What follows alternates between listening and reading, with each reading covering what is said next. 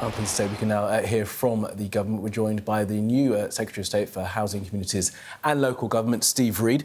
Steve Reid, thank you very much for being with us and good morning to you. I'm not sure if you heard that reporting there from Rob, but calls by a UN Human Rights panel for Israel to be banned from international football. What's your thought on that?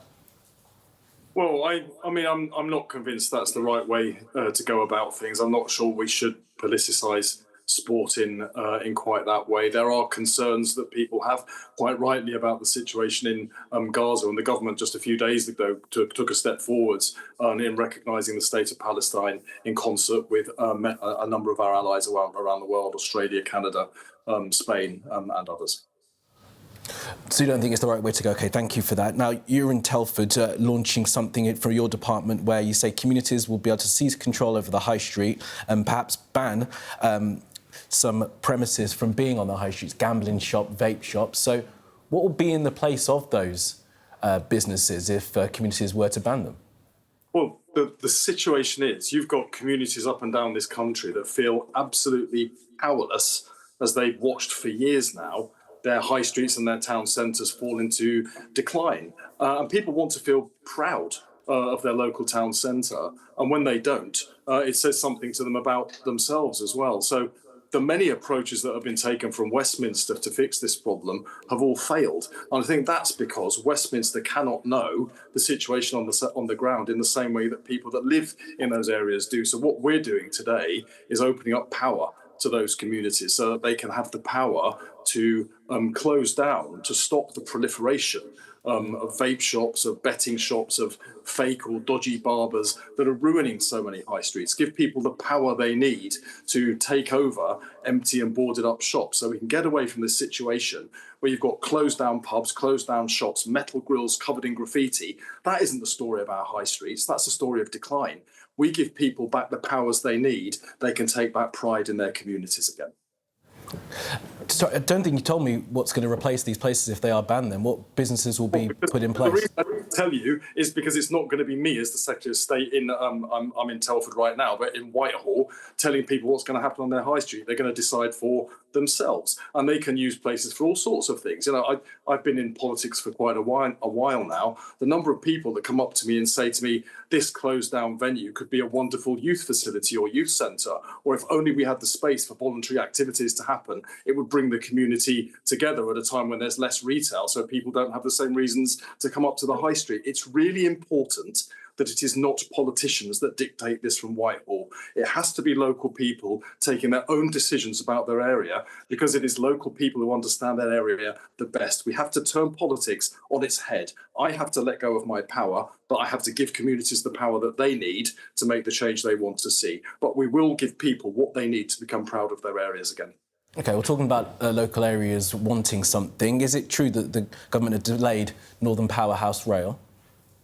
Well, no, the government said, I think Rachel said in the summer, that we would take the time necessary to get this right. We're not going to repeat the mistakes the previous government made with HS2, where millions of pounds were wasted on nonsense like bat tunnels. The thing got cut off halfway through. We are absolutely going to get this right. We will bring forward those proposals when they're ready. In the meantime, we've already announced funding, including £3.5 billion to connect cities across the north of England as part of that Northern Powerhouse Rail network. So that will come, and it'll come because it is fundamental to regenerating the north of England, and we have to tackle regional economic inequalities if we're going to give people in every single part of this country the life chances that they deserve. Yeah, Secretary of State, you'll know that it will ring in people's ear that at a Conservative conference, the cancellation of the second leg of HS2 was announced by Keir Starmer, and it seems just 4 days ahead of your conference, you're also doing something that people in the north will not be happy about, by Rishi Sunak, of course, the Conservative Prime Minister. They will be happy because they're going to get Northern Powerhouse Rail, but we'll do it in the right way. We're not going to waste millions of pounds in the way that the Conservatives did. It was scandalous, the waste of money, and HS2 never actually happened. We're going to make sure that Northern Powerhouse Rail does happen, but we will take our time to get it right, but we'll bring forward the announcements in due course. In the meantime, as I said, billions of pounds have already been announced to link the cities of the north together.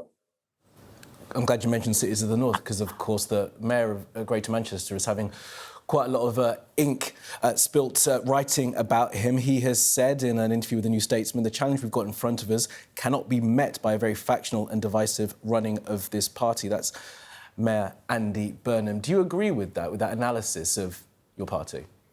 Well, he's entitled to his view, but we've heard these kind of comments before, haven't we? When Labour was in opposition, there used to be people that would take potshots at Keir Starmer. He then picked this party up off the floor and led us to a record-breaking general election victory. We are now in power. And what I'm doing on your show today is standing here talking to you about our plan for change and the difference we're going to make for communities up and down this country. And that is what we need to focus on. Andy's doing a great job as Mayor of Manchester. I've long admired the work that he is doing there. We have other mayors that are doing great work, but we all will pull together to deliver the change this country wants to see. And I have to say, I'm very proud of the way that Keir Starmer is leading this government. I couldn't do the work that I'm doing today if we weren't able to operate and work in a very collegiate way. And you can see the change that's coming in. We've got wages rising faster than prices in this country for the first time in a decade. We've got 5 million more NHS appointments cutting waiting lists. 35,000 people who have arrived in this country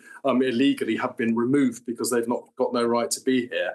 And today, and as we move through Labour conference, you're going to get more announcements about how the change people voted for last year is going to be made real.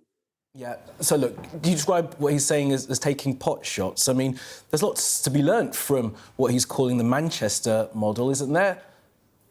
Of course there is, and there's a lot to be learned from what Sadiq Khan is doing in London and what Tracy Brabin is doing in Yorkshire. One of the great things about devolution is it gives areas and their elected representatives the chance to do something different. Then nationally we can learn from that. You know, I'm a devolver. I believe in getting power out from the centre to mayors, to town halls, but also directly to communities. So the points we were making earlier on about how do you give people in their own area directly power to improve their town centres, their high streets. That's one of the things we're going to do. We're going to open up power to the people that can best wield it in the interests of people living in a particular locality. OK, look, I need to talk to you about this. Morgan McSweeney, Chief of Staff. Now, you know him. You worked with him at Lambeth Council. You know the Conservatives are asking questions about donations. Now, you're involved. Oh, well, I can see your name, Steve, but I lost your face for a minute. Oh, you can still hear me. I'm running out of power, unfortunately. All right, well, look, let's keep talking because I'm halfway through my question and I'm sure you've heard me. So, look, Morgan McSweeney, you worked with him at Lambeth Council. You were involved in Labour together. Now, the Conservatives have published this email talking about £740,000 worth of donations that were reported late to the Electoral Commission. Why were they reported late, Secretary of State? Well, Labour Together reported that itself years ago to the Electoral Commission. They investigated it and the matter's closed. The Tories are just breaking over old stories to distract from the fact that they've got many, many problems of their own as a political party. And because they'd like to throw mud at Morgan McSweeney because he's one of our country's most effective political strategists. It's as simple as that. So it's simply that. So the Electoral Commission will report and there'll be nothing to see here. That's your take on it, is it? The Electoral Commission have said themselves this week that the matter was investigated years ago and is now closed. That's the Electoral Commission saying that, not me. OK. Secretary of State for Housing, Communities and Local Government, Steve Reid, thanks for being with us.